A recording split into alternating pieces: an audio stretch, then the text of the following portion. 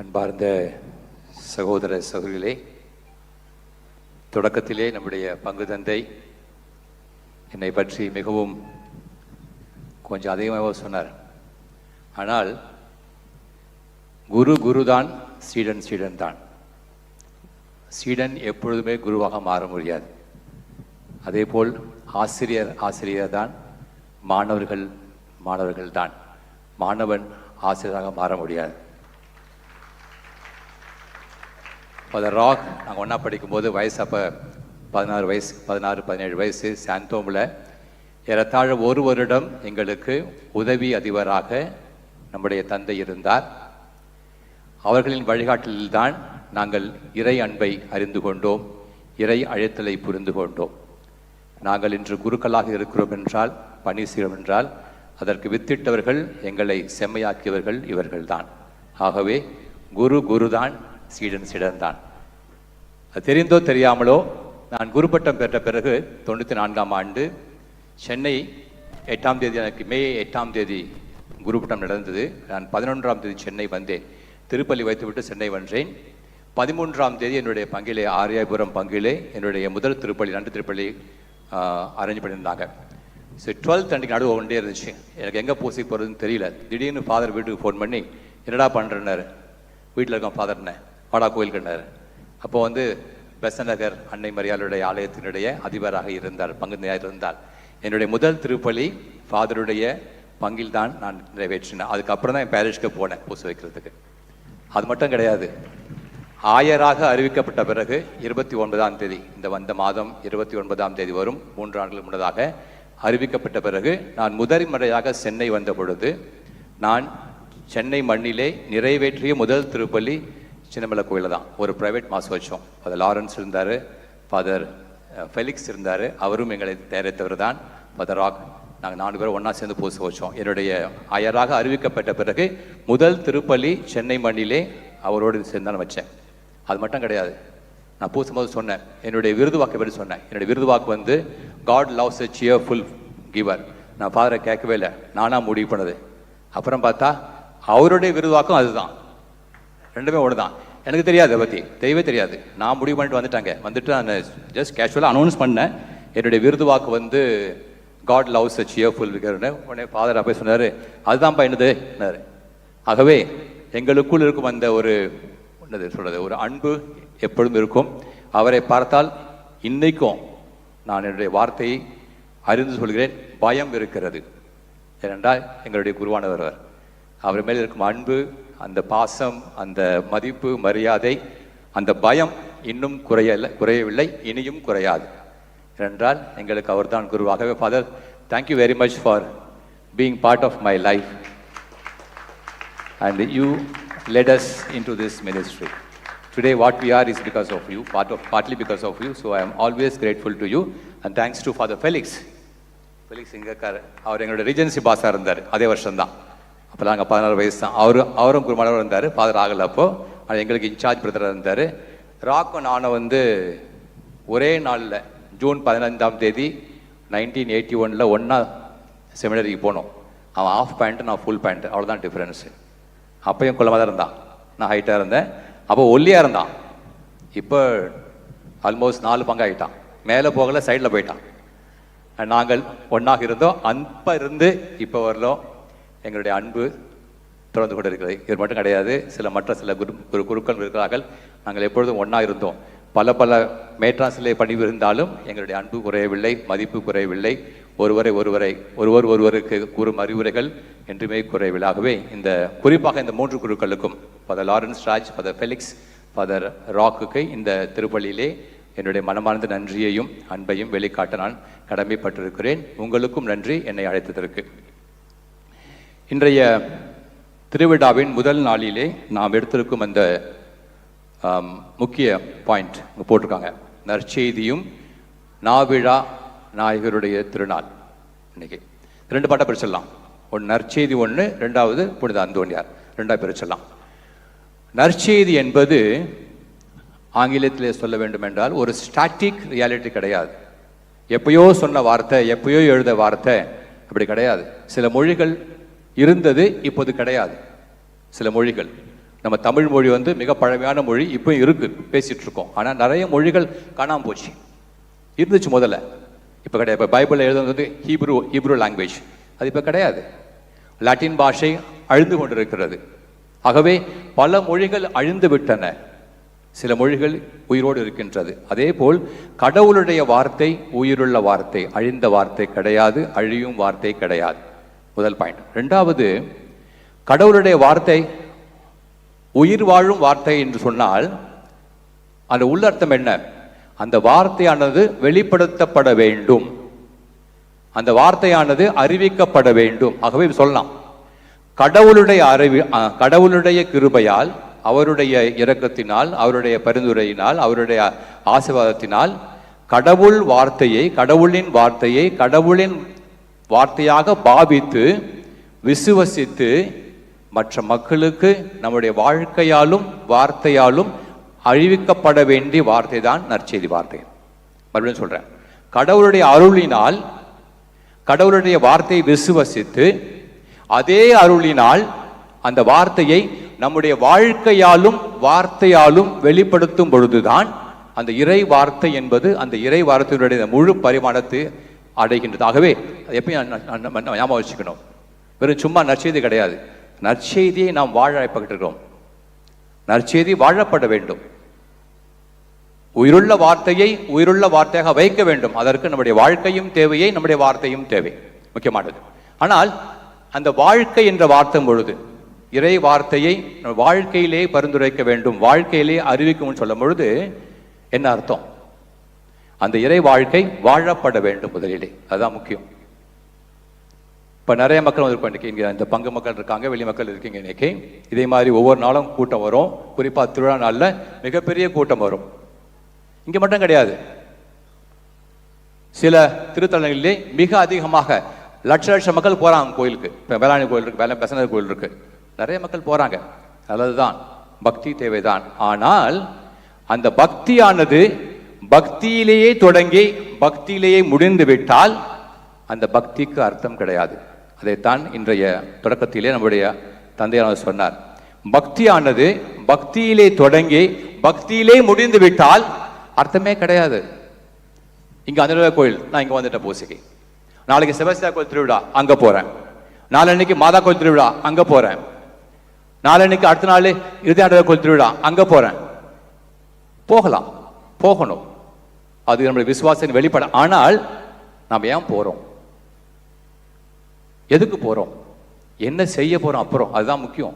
கூட்டம் கூட்டிடலாம், ஆனால் அந்த பக்தியானது ஆன்மீகமாக வாழ வேண்டும். பக்தியானது ஆன்மீக வாழ்க்கையாக மாற வேண்டும். அப்படி இல்லை என்றால் அது அர்த்தமே கிடையாது. அது மாதிரி புரிஞ்சுக்கணும். ஒரு சின்ன உதாரணம் சொல்றேன். இப்பெல்லாம் எல்லா வீட்லயும் தண்ணி பைப் இருக்கு, தண்ணி வீட்டிலே டேப் போட்டிருக்கோம் அல்லது போர் போட்டிருக்கோம், பிரச்சனை கிடையாது.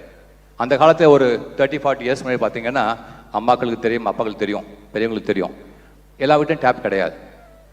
ஸோ ஒரு தெருவில் இங்கே ஒரு குழா இருக்கும், அங்கே ஒரு குழா இருக்கும், நடுவில் ஒரு 50 வீடு இருக்கும், ஒரு 50 வீடுக்கு 2 குழா தான். அப்போ என்ன பண்ணுவாங்க? காலைல விடிக 6 மணிக்கு தண்ணி பிடிக்க யார் போவாங்க? அம்மாக்கள் தான் போவாங்க. ஒரு பாத்திரத்தை கொண்டு போவாங்க. ஒரு 10 பொம்பளைங்க ஒன்றா வந்து என்ன ஆகுவாங்க? குழாடியில் ஒரு 10 மணி ஒன்றா இருந்தால் என்ன ஆகும்? புரிஞ்சுப்பீங்க, சண்டை வந்துடும். அன்றைக்கு ஞாயிற்றுக்கிழமை பயங்கர சண்டை தண்ணி பிடிக்கிறதுக்கு. அப்போ அதில் ஒரு அம்மா வந்து நல்ல கத்தோலிக்க மகள், ஒரு அம்மா கோயில் பெல் அடிச்சுது, சொல்லிச்சான், இன்னைக்கு ஞாயிற்றுக்கிழமை கோயில் பெல் அடிச்சு நான் பூசைக்கு போனோம், நான் பூசைக்கு போயிட்டு வந்தோன்னே பார்த்துக்கிறேன். புரியுதா? நான் இன்னைக்கு ஞாயிற்றுக்கிழமை கோயிலுக்கு போகிறேன், மணி அடிச்சிச்சு, கோயிலுக்கு பூசைக்கு போயிட்டு வந்துட்டு நான் எங்கே விட்டனோ அங்கே ஆரம்பிக்கிறேன். அது கிறிஸ்துவ வாழ்க்கை கிடையாது. நம்ம சிரிக்கிறோம், யாரோ ஒரு பெண் செய்தியை பார்த்து சிரிக்கிறோம். நம்ம என்ன பண்ணுறோம்? இப்பயே எடுத்துக்கங்க, எல்லாம் கிடையாது, அட்லீஸ்ட் சில பேர் வரும்போது சண்டை போட்டு வந்திருக்கலாம், வீட்டில் கோயிலுக்கு கிளம்பும்போது சண்டை போட்டு வந்திருக்கலாம், திரும்பி போகிறோம், வீட்டுக்கு போவோம், என்ன பண்ண போகிறோம்? அந்த சண்டை திருப்பி சாப்பிட போகிறோமா, விட போகிறோமா?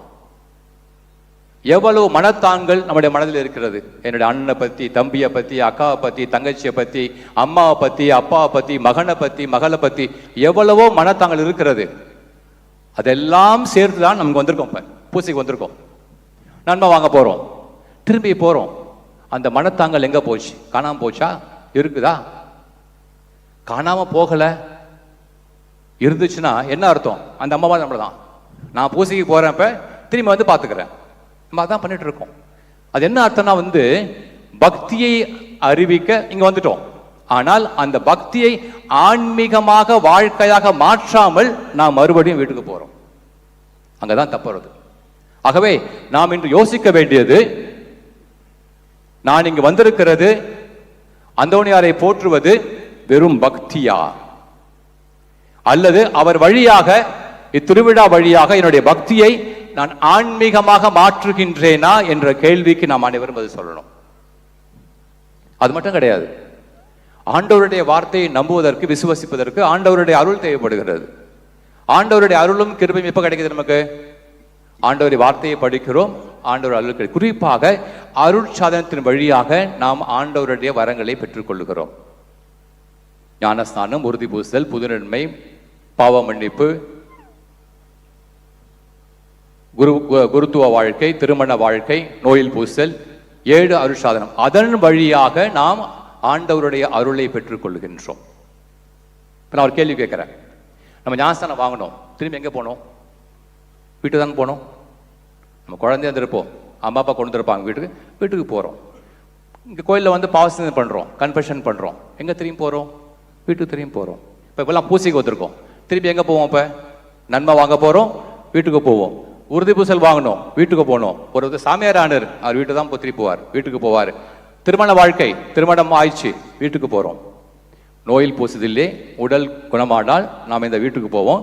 உடல் குணமாக இறந்து விட்டால் நம்முடைய மோட்சத்துக்கு போவோம். அதுவும் வீடு தான், அதான் பர்மனன்ட் வீடு. ஆகவே ஒவ்வொரு அருட்சாதனத்தை பெற்ற பிறகு நாம் வீட்டுக்கு போறோம். அருட்சாதனம் என்றால் என்ன? அவருடைய அர்த்தம் என்ன? அவருடைய மொழிபெயர்ப்பு என்ன? அருட்சாதனம் என்றால் அர்த்தம் இங்கிலீஷ் சொல்லுவோம், external sign and internal grace.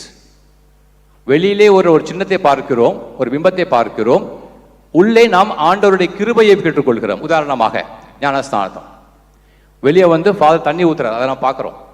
தண்ணி ஊத்துறதை பார்க்க, வார்த்தையை கேட்கிறோம், அது வெளி அடையாளம் தான். உள் கிருபை என்ன? நம்முடைய ஆதிபாவம் கழுவப்படுகிறது, நாம் ஆண்டவருடைய பிள்ளைகளாக மாறுகிறோம். திருச்சபையிலே நாம் ஒரு அங்கத்தில் மாறுகின்றோம். மற்ற அருட்சாதனம் வாங்கிக் கொள்ள நமக்கு அந்த ஒரு வழி திறந்துடுது. விசுவாசத்தை பெற்றுக்கொள்கிறோம். இது இன்டர்னல் கிரேஸ், உள்ள வர அருட்சாதனம், அருட்கிருபை. அதை நாம் பார்க்க முடியாது, அனுபவிக்க வேண்டும். ஆகவே இது இரண்டையும் பார்க்கும்போது என்ன அர்த்தம்? அருட்சாதனத்தை நான் திருப்பலியிலே, கோவிலிலே பெற்றுக்கொள்கிறேன். இந்த அருட்சாதனத்தை எடுத்துக்கொண்டு நான் வீட்டுக்கு போறேன்.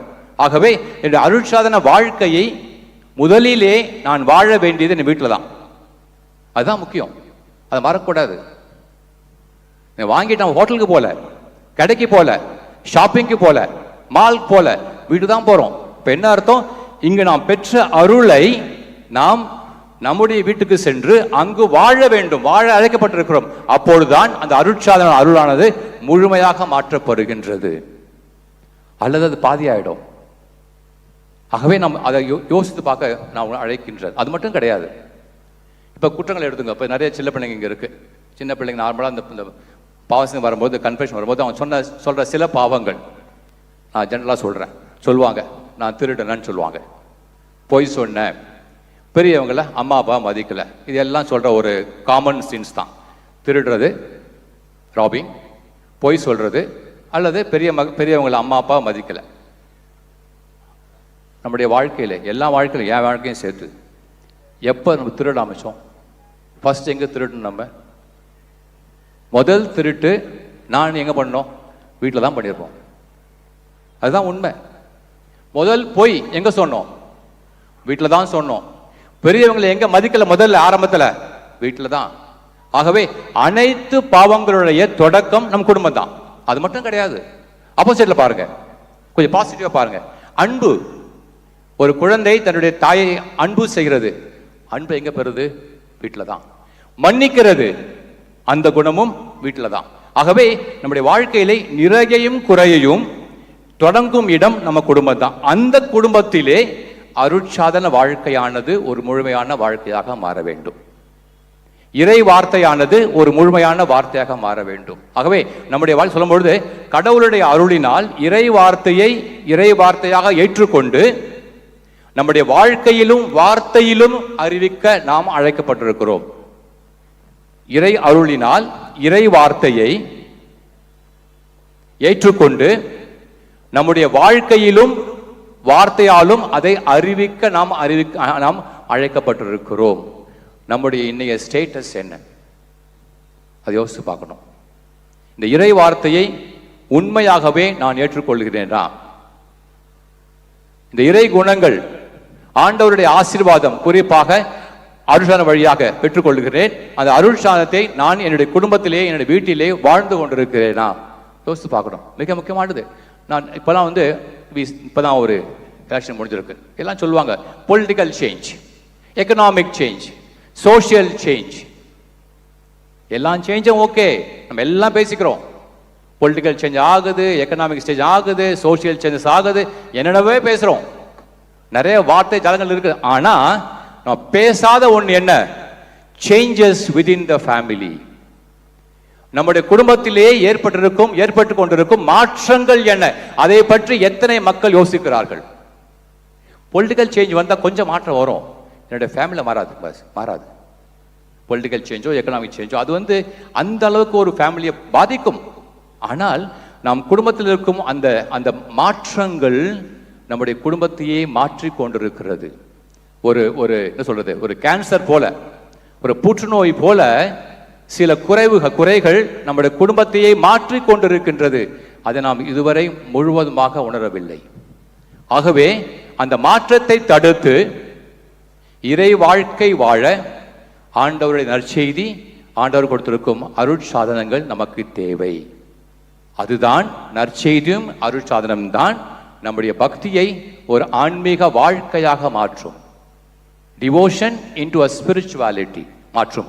அது மாற்றம் நம்முடைய வாழ்க்கையிலே குடும்பத்திலே நாம் பார்க்க வேண்டும். அப்பொழுதுதான் நாம் சொல்லலாம், நான் நற்செய்தியை விசுவசிக்கிறேன் என்றால் நாம் விசுவசிக்கும் வார்த்தைகள் வெளிப்படுத்தப்பட வேண்டிய வார்த்தைகள். We cannot keep the gospel within ourselves. ஆண்டவருடைய வார்த்தையை நாம் உள்ளத்திலே வைத்திருக்க முடியாது, அதை வெளிப்படுத்த வேண்டும். வெளிப்படுத்தும் விதம் வாழ்க்கை முறைகள், நம்முடைய வார்த்தைகள். அதற்கு கடவுளுடைய கிருபை தேவை. கடவுள் கிருபை கொடுக்கிறார், அருள் கொடுக்கிறார். அருட்சாதனம் வழியாக, நற்செய்தியின் வழியாக அதை நாம் நன்றாக உபயோகித்து நம்முடைய குடும்பத்திலே மாற்றங்களை கொண்டு வர வேண்டும். அதுதான் முக்கியம். எல்லா புனிதர்களும், நம்முடைய அந்தோனியார் அந்த நற்செய்தியின் முழுமையான அர்த்தத்தை அறிந்து வாழ்ந்தார்கள். ஆகவேதான் அவர்கள் புனிதர்கள். ஒவ்வொரு புனிதரும் நம்மை போல் மனிதர்கள் தான், தவறுகள் செய்தார்கள். நம்முடைய விசுவாசப்படி ஆண்டவர் இயேசு கிறிஸ்து தவறு செய்ய முடியாது, அவர் கடவுள். அன்னை மரியாள் தவறு செய்யவில்லை, ஏனென்றால் அன்னை மரியாள் ஒரு தனிப்பட்ட கிருபையினால் அழைக்கப்பட்டவள். இதுன்னு சொல்லலாம். புனித ஜான் பாப்டிஸ்ட் அவர் சொல்லலாம், அவரை தப்பு செய்யணும்னு சொல்லலாம். இவர்களை தவிர நாம் அனைவரும் மனிதர்கள் தான். யாரை நாம் இன்று ஒரு புனிதராக மிக பெரியவராக பார்க்கிறோமோ அவர்களும் நம்மை போல் வாழ்ந்தவர்கள் தான், நம்மை போல் தவறுகளை செய்தவர்கள் தான். ஆனால் இன்று அவர்கள் புனிதர்கள், இன்று அவர்கள் பெரிய மக்கள். நாம் அவர்களை பார்த்து நம்முடைய வாழ்க்கையை அமைக்க முயற்சிக்கிறோம். காரணம், அவர்கள் நற்செய்தி என்ற வார்த்தையினுடைய முழுமையான அர்த்தத்தை அறிந்து கொண்டு தன்னுடைய வாழ்க்கையினாலும் தன்னுடைய வார்த்தையினாலும் ஆண்டவரை பறைசாற்றினார்கள். ஆகவேதான் அவர்கள் நற்செய்தி, அவர்கள் நம்முடைய நாயகர்கள், புனிதர்கள். இன்றைய புனிதர், நாம் கொண்டாடும் புனிதர், அவருடைய அழியாமல் இருக்கிறது. நானும் ராக் ஃபாதர் ஒரு ட்ரிப் வந்திருக்காரு என் கூட. நான் 2 ட்ரிப் அந்த பதுவை கோயில் போயிருக்கேன். அந்த அழியாத நாக்கினை பார்த்துட்டு இருக்கிறார். 2 ட்ரிப் போயிருக்கேன். ஜபம் வச்சுக்கோம். நானும் ஃபாதர் ராக்கோ ஒரு ட்ரிப் ஒன்றா பூச வச்சோம். 2000 நினைக்கிறேன், ஒன்றா பூச வச்சோம் அந்த கோயிலில். அந்த பாக்கியம் கிடைச்சவங்களுக்கு காரணம் என்ன? அவருடைய இதுவரை அழியவில்லை. ஏனென்றால் அவர் நாவினால் ஆண்டவருடைய வார்த்தையை அறிவித்தார். அவர் தன்னுடைய வாழ்க்கையின் வழியாக ஆண்டவரை அறிவித்தார். ஆகவேதான் ஆண்டவர் அவரை சிறப்பாக தெரிந்தெடுத்து அவருடைய நாவினை இதுவரை அழியாமல் காத்து கொண்டிருக்கிறார். அவரை நாம் ஒரு நாயகனாக பார்க்கிறோம், ஒரு புனிதராக பார்க்கிறோம். அவர் வழி செல்ல நாம் முயற்சிக்கிறோம், அவர் வழியாக ஜெபிக்கிறோம். அவ்வாறு செய்யும் பொழுது அவர் எந்த நற்செய்தியை நம்பி விசுவசித்து எந்த நற்செய்தியை தன்னுடைய வாழ்க்கையிலும் வார்த்தையிலுமாலும் உலகிற்கு அறிவித்தாரோ அதே போல் நாமும் வாழ வேண்டும். அப்பொழுதுதான் சொல்ல முடியும் நாம் அந்தோணியாரோட பக்தர்னு சொல்லி. இல்லை கிடையாது, இல்லைன்னா வெறும் பக்தி தான், வெறும் பக்தி. நீ டியூஸ்டே செவ்வாய்க்கிழமை கொடியேற்றோம், திருவிழா, வந்தோம், போனோம், அர்த்தமே கிடையாது, அர்த்தமே கிடையாது. ஆகவே நற்செய்தியின் மேல் விசுவாசம் வைக்க வேண்டும். இந்த நற்செய்தியை விசுவசித்து வாழ்ந்து காட்டிய அந்த புனிதர் மேல் விசுவாசம் வைக்க வேண்டும். அவர் வழியாக நம்முடைய வாழ்க்கையை அமைத்துக் கொள்ள நாம் ஆண்டவரை பார்த்து மன்றாட வேண்டும், அவர் வழியாக மன்றாட வேண்டும். அதற்குத்தான் நாம் இங்கே வந்திருக்கின்றோம். இந்த உண்மையை விசுவாசத்தை விசுவசித்து நம்முடைய வாழ்க்கையிலே என்றும் ஆண்டவருடைய அருளோடு வாழ்ந்து ஆண்டவருடைய கிருபை முழு அளவிலே என் வாழ்க்கையிலும், குறிப்பாக என்னுடைய குடும்ப வாழ்க்கையிலும், நான் மறுபடியும் சொல்கிறேன், என் வாழ்க்கையிலும் என்னுடைய குடும்ப வாழ்க்கை என்றால் எல்லா குறைகளுக்கும் எல்லா நிறைவுகளுக்கும் தொடக்கம் நம்முடைய குடும்பம் தான். குடும்பம் சரியாக இருந்தால் எல்லாமே சரியாக மாறிடும். குடும்பம் சரியாக இல்லைன்னா எதுவும் மாறாது. ஆகவே குடும்பத்தினை மாற்ற வேண்டும், மாற்றங்களை தவிர்க்க வேண்டும். மாற்றங்கள் நல்லவித மாற்றங்களாக அமைய வேண்டும். அதற்கு ஆண்டவருடைய அருள் தேவை, நம்முடைய புனிதருடைய அருள் தேவை, அவருடைய வழிகாட்டுதல் தேவை. ஆகவே இன்று நாம் அவருடைய திருவிழாவை கொண்டாடுகின்றோம். வரும் 6 நாட்களிலும் முழுமையான விசுவாசத்தோடு அவர் வழியாக ஆண்டவரை மன்றாடுவோம். அருளினை பெறும் காலம், அருளை பெற்றுக்கொள்வோம். அந்த அருள் நம்முடைய வாழ்க்கை, என் தனிப்பட்ட வாழ்க்கையிலும் என்னுடைய குடும்ப வாழ்க்கையிலும் பிரதிபலிக்க வேண்டும். அவ்வாறு பிரதிபலித்து நானும் நற்செய்தி நாயகனாக, நற்செய்தியை வெளிப்படுத்தும் ஒரு மகளாக மாற ஆண்டவரை பார்த்து மன்றாடுவோம். ஆண்டவர் நம்மோடு இருக்கிறார், நம்மோடு வாழ்ந்து கொண்டிருக்கிறார், நம்மை என்றும் ஆசீர்வதிப்பார்.